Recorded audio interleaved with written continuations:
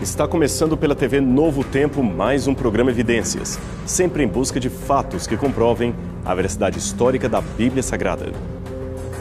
No programa de hoje vamos conhecer um pouco sobre a história da ciência moderna.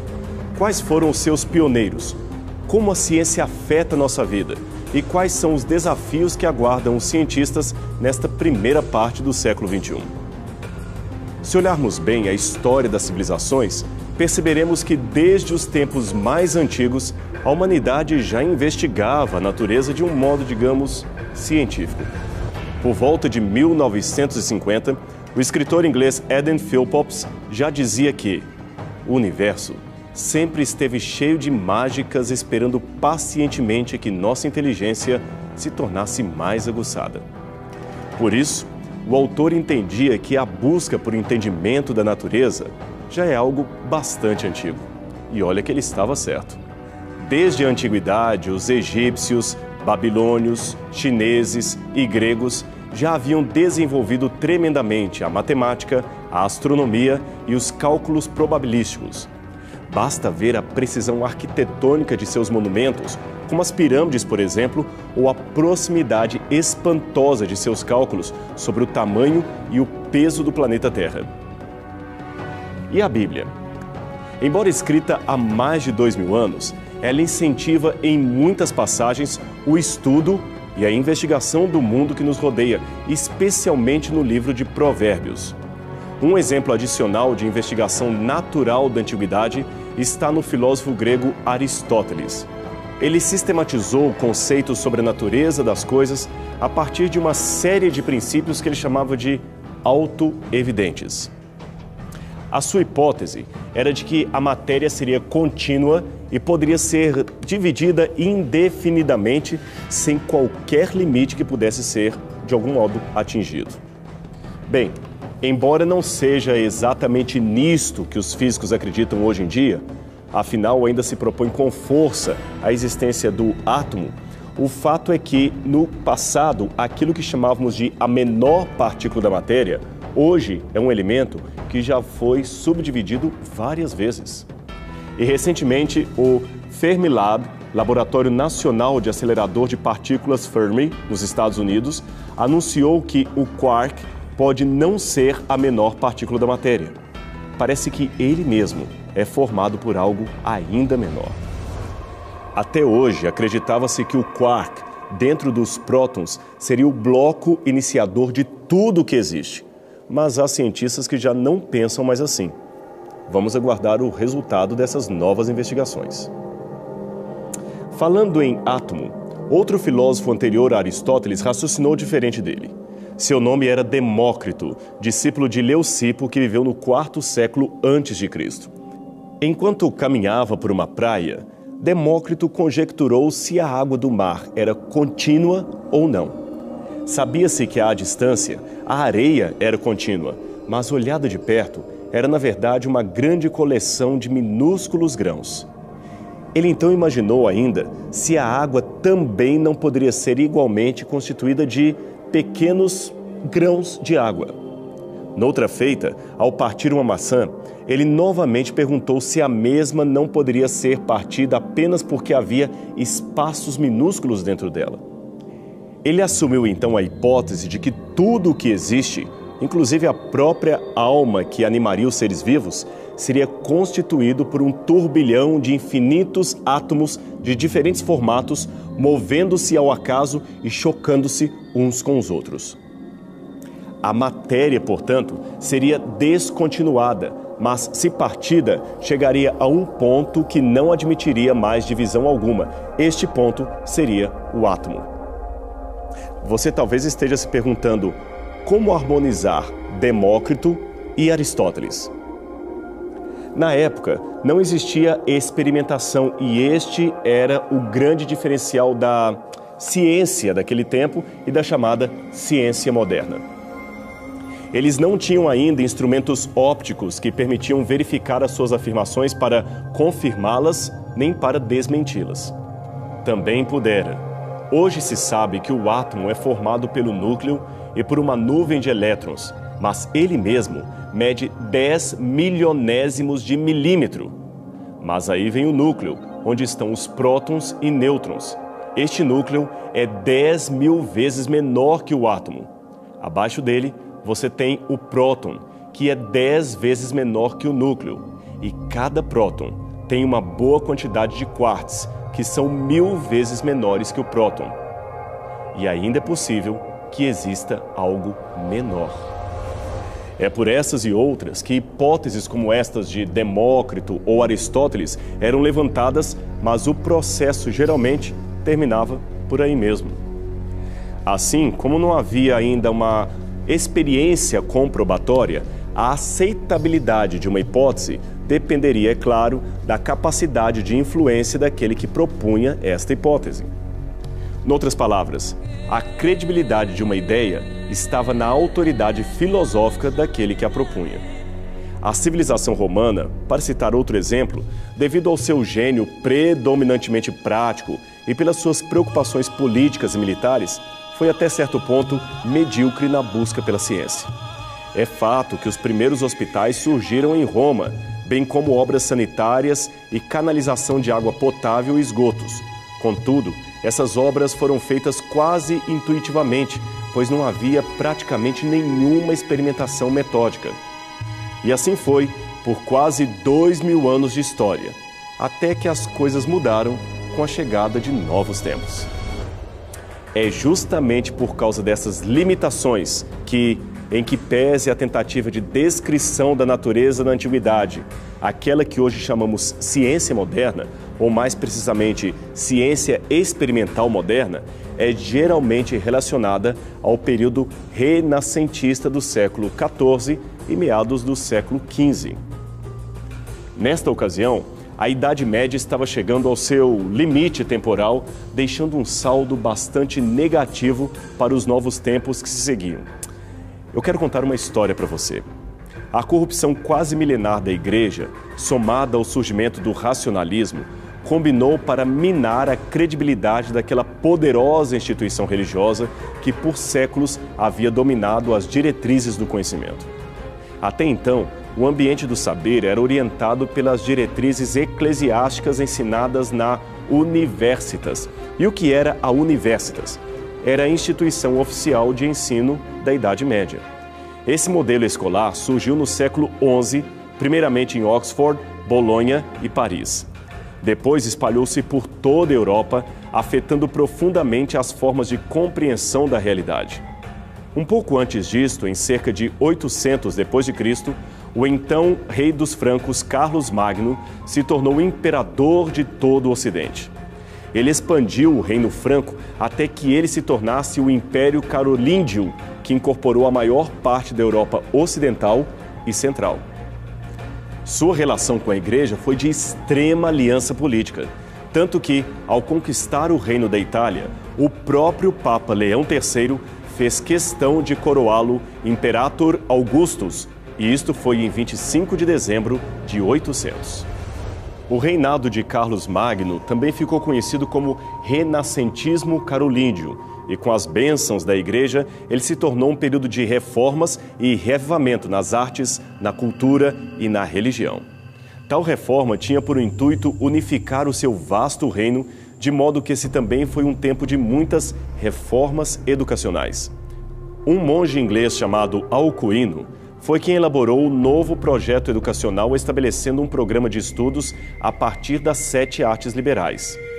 Havia, portanto, o trivium, ou ensino literário, que envolvia gramática, retórica e dialética, e o quadrivium, ou ensino científico, que envolvia a aritmética, a geometria, a astronomia e a música. Desde o ano 787, foram expedidos decretos recomendando em todo o Império a restauração de antigas escolas e a fundação de novas. Todas, porém, ficavam sob os auspícios da Igreja Católica. Algumas dessas escolas eram monacais, isto é, ficavam sob a responsabilidade dos mosteiros. Outras eram catedrais, pois ficavam junto às sedes dos bispados. E havia ainda outras palatinas, pois funcionavam junto aos palácios, às cortes. O crescimento dessas escolas medievais foi algo impressionante. Só para você ter uma ideia, por volta do ano 900, havia apenas 12 escolas desse tipo na Europa, mas por volta de 110, 200 anos mais tarde, o seu número já havia subido para mais de 200 escolas. O objetivo primordial dessas escolas, dessa rede educacional, é claro, seria educar padres para se tornarem futuros mestres e bispos da igreja. Mas elas também atraíam pessoas da nobreza, pessoas que desejavam ter alguma educação sem necessariamente se tornarem padres. Agora, é importante lembrar que as mais importantes dessas escolas eram as escolas catedrais, que deram forma à nova universidade medieval, a saber, a Universitas. Todas, repetimos, legisladas pela jurisdição da Igreja, que controlava a liberdade intelectual e o ingresso de alunos em seus futuros programas acadêmicos. Ali se estudava muito da chamada filosofia natural. Por isso, os alunos tinham contato com um grande número de tratados gregos, entre os quais estavam Galeno e Hipócrates, os pioneiros da medicina. Também havia Cláudio Ptolomeu, geógrafo e astrônomo do mundo antigo. E, por fim, Arquimedes e Euclides, que escreveram muito sobre a matemática. Nesta época, apenas uns poucos escritos de Aristóteles estavam disponíveis para serem utilizados nas universitas. Mas veja, não pense que essa leva de bibliografia, de livros e literatura significava liberdade de expressão para professores e alunos. Pelo contrário. As anotações e especulações dos estudantes tinham de se restringir ao chamado mundo natural. De outro modo, eles poderiam sofrer as retaliações e castigos previstos pela Igreja. Pior ainda era a situação dos teólogos, que poderiam ser mais facilmente repreendidos ou condenados pela severidade eclesiástica. O lema da época era Roma locuta, finita causa est. Se Roma falou, está falado, não se questiona mais. E era muito caro o preço que se pagava por questionar os dogmas de Roma. Até mesmo para se ler a Bíblia, tinha de haver uma autorização especial expedida pelo clero, e o solicitante tinha de explicar com muito cuidado por que estava tão interessado em conhecer o conteúdo do livro sagrado. Ele já tinha os dogmas e a tradição da igreja. Por que, pensavam os padres, queria ler a Bíblia? Não era difícil surgir uma suspeita eclesiástica sobre alguém que pedisse apenas para, com os próprios olhos, examinar o conteúdo dos 4 evangelhos. Neste ponto, deixe-me abrir um parênteses para comentar uma nova tendência que encontramos em muitos livros de história escritos de um certo tempo para cá. É que, baseados numa nova tendência de releitura da história, alguns autores estão tentando negar ou pelo menos minimizar que a Idade Média tenha sido um período de obscurantismo e ignorância. Muitos já nem aceitam mais denominá-la Idade das Trevas. Eles preferem dizer que a Idade Média foi, em realidade, um momento de profunda produção cultural, uma época de diálogos entre o passado destruído e o presente que precisava ser construído. Ora, é claro que a reforma educacional de Carlos Magno fez irromper um profundo desejo pelo saber e pela cultura. Também é fato que existem várias desinformações sobre a Idade Média, como, por exemplo, que todos os cidadãos julgavam que a Terra fosse quadrada ou que a Igreja teria proibido autópsias e dissecações. Tais informações não têm suporte nos estudos mais atualizados.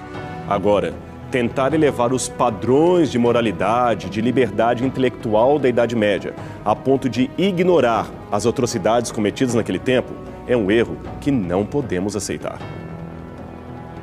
Esse reavivamento cultural não foi algo franqueado livremente a todas as pessoas. Ele permaneceu sempre preso a uma elite e controlado, firmemente controlado, pelos ditames da Igreja. Sendo assim, em que pese a existência de alguns avanços culturais no chamado período da escolástica, não se pode, repetimos, cair no simplismo de achar que a Idade Média, como entendemos, jamais existiu, nem negar o atraso cultural que predominou até a chegada da modernidade. Veja bem, Esta era uma época marcada por um teocentrismo distorcido, excessivamente preocupado com questões religiosas que negligenciavam a matéria. O homem medieval estava empenhado na salvação de sua alma e no que acontecia depois da morte, e não na vida atual. Ler era um luxo, e como luxo era pecado, poucos se arriscavam ao aprendizado. O corpo era escondido sob muitos panos para não mostrar traços de beleza humana que pudessem desviar a mente da contemplação espiritual. A natureza, como um todo, era obra de Deus e não competia ao homem pecador interferir nela. Assim, toda essa dominação eclesiástica medieval, juntamente com a insígnia ora et labora, reze e trabalhe, acabou produzindo uma inegável época de profundas trevas morais, intelectuais e tecnológicas para toda a Europa. Não é por menos que Henri Matisse se referia à Renascença como o fator conseguinte à decadência. As artes, as letras e até o conhecimento bíblico que pareciam haver morrido no mesmo naufrágio do Império Romano em 476 d.C., começaram finalmente a renascer depois de um longo e terrível período chamado Idade Média. Um outro fator que precisa ser anotado é que a Europa Ocidental entrou nos tempos medievais em grandes dificuldades que minaram a produção intelectual de todo o continente. Os tempos, como dissemos, eram confusos e havia-se perdido o acesso aos antigos tratados científicos daquela antiguidade clássica. Estes tratados foram evidentemente produzidos em grego, isso você já sabe. Mas naquele tempo, restavam apenas algumas poucas compilações resumidas e até deturpadas que os romanos tinham traduzido para o latim. Portanto, no domínio territorial do Ocidente, o saber pragmático e os avanços tecnológicos estavam por séculos estagnados no tempo.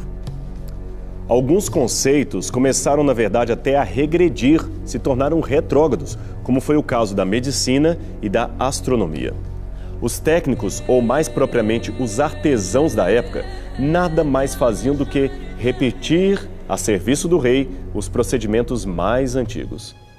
Dizem que se um cidadão dos dias de Moisés ressuscitasse em pleno século XII d.C., quase não se espantaria com o ambiente, pois os meios de transporte, plantio e comunicação eram praticamente os mesmos utilizados em 1400 a.C. Aqueles, definitivamente, não eram bons tempos para a ciência. Só para você ter uma noção do atraso, é sabido que, geralmente, as leis científicas precisam de uma medida de tempo para serem observadas, não é assim? Ora, até ao século XVI, os relógios eram raros ou quase inexistentes, e eles não se encontravam em nada melhores que aqueles relógios usados no tempo do Antigo Egito. O próprio Galileu, já no século XVII, teria de usar uma clepsidra, isto é, um relógio d'água, para medir o tempo em que um corpo levaria para descer um plano inclinado. Essa, diga-se de passagem, era a mesma forma que se media o tempo no Egito 3.100 anos antes de Galileu. Mersenne, um outro filósofo e cientista, chegou a usar o desenho do pé de um rei, chamado Pied du Roi, como padrão de medida em um livro sobre unidades. A razão para isto? Simples. Não havia ainda na época uniformidade nas medições. Por isso, algumas medidas, até hoje, são apresentadas, por exemplo, em pés de altura. A anotação dos números era outro transtorno. Embora os algarismos arábicos já tivessem sido conhecidos desde o século X, o seu uso não estava generalizado até a chegada da Idade Moderna. O costume, novamente demarcado pela Igreja, era a utilização de algarismos romanos, que evidentemente impediam a utilização desses cálculos para informações mais complexas, envolvendo frações ou até mesmo a divisão de números maiores que 1000. Assim, dividir 1529 por 7 só seria possível com o uso desta estranha prancheta cheia de bolas e conhecida pelo nome de ábaco. Até os professores de Oxford não puderam definir o conceito de velocidade porque ainda não havia na matemática da época os métodos de cálculo infinitesimal. Mas isso tudo vai mudar a partir daquilo que os historiadores chamam de a redescoberta de Aristóteles no Ocidente. E o que seria esta redescoberta? Bem, como o nosso tempo está acabando, vamos ter de deixar este assunto para a semana que vem. Mas não perca a continuação da história da ciência moderna, aqui na TV Novo Tempo, no seu programa Evidências. Até lá!